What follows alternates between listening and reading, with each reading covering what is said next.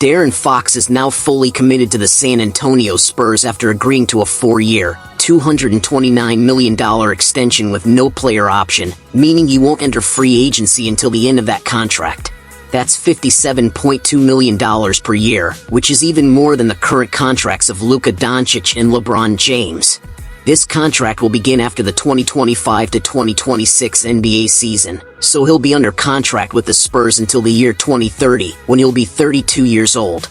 The typical prime years of an NBA player are from age 26 to 33, and the majority of Fox's prime will now be with the Spurs.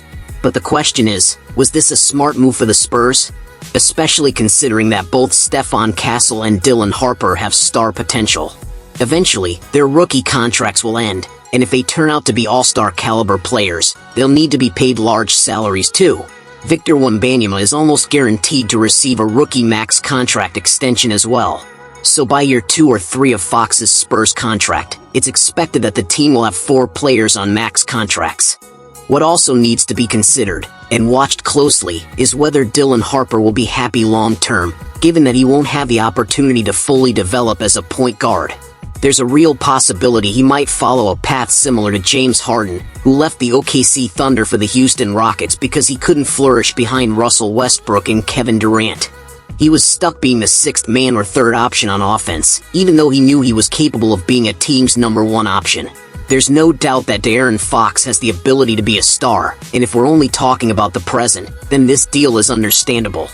However, after 2 or 3 years, once the rookie contracts of Victor Wembanyama, Stephon Castle, and Dylan Harper expire, that's when the real problems could start for the Spurs.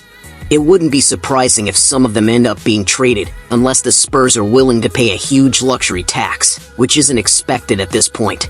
This situation will be especially tricky for Dylan Harper, because young players with star potential like him typically want the freedom to spread their wings.